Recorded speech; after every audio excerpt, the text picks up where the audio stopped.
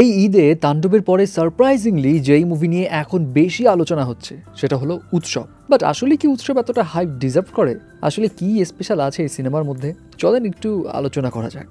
দেখেন, চারিদিকে এখন আমরা মিস্ট্রি, থ্রিলার, অ্যাকশন, এই সমস্ত ফাস্ট পেস্ট, উত্তেজনায় পরিপূর্ণ, পালস রেট বাড়িয়ে দেওয়ার মতো মুভি দেখতে বেশি প্রিফার করি।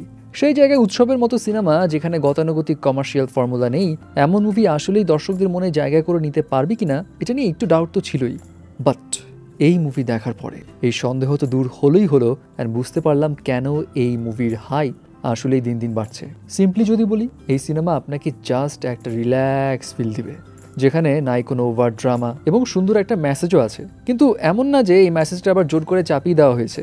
আপনি নিজে নিজেই অনুভব করতে পারবেন সেই মেসেজটা। স্টোরি টেলিং খুব ফ্রেশ, গ্রাউন্ডেড এবং সিম্পল, কিন্তু ওভারঅল এক্সিকিউশনে আছে মডার্ন একটা টাচ।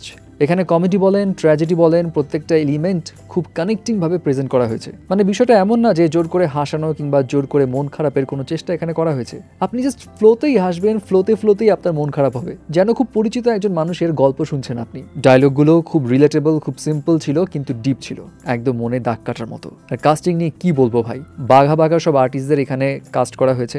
তাদের অভিনয় নিয়ে তো বলার কিছু নেই, কিন্তু ডিরেক্টর তানিম নূর প্রত্যেকজনকে যেভাবে ইউটিলাইজ করেছেন সেটার প্রশংসা তিনি ডিজার্ভ করেন। স্পেশালি জাহিদ হাসান, তাকে জীবনে অনেক চরিত্রে অভিনয় করতে দেখেছেন আপনি, কিন্তু এতটা সুন্দর, এতটা সুনির্মিত চরিত্রে তাকে অভিনয় করতে দেখা আসলেই স্বপ্নের মতো ছিল। এবং ধন্যবাদ পরিচালক তানিম নূরকে এমন গুণী অভিনেতাকে সঠিকভাবে ব্যবহার করার জন্য।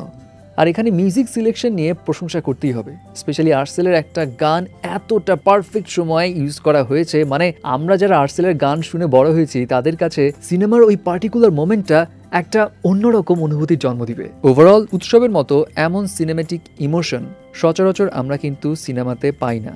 সহজ ভাষায় বললে এটাকে আপনি বলিউডের 3 ইডিয়টসের সাথে কম্পেয়ার করতে পারেন। যেই 3 ইডিয়টস আপনি 10 বার দেখেন না কেন, একই রকম ভালো লাগা কাজ করে। এটাও আপনি একবার না কয়েকবার দেখলেও সেম ভালো লাগাই কাজ করবে। অ্যান্ড তাই এই মুভি আপনি চোখ বন্ধ করে একদম কোনো রকম চাপ না নিয়েই দেখে আসতে পারেন। হ্যাঁ, একা দেখে যেই মজা পাবেন, পরিবার বা বন্ধু বান্ধব নিয়ে গেলে সেই মজাটা আরো কয়েক গুণ বেড়ে যাবে, এবং এটা গ্যারেন্টেড।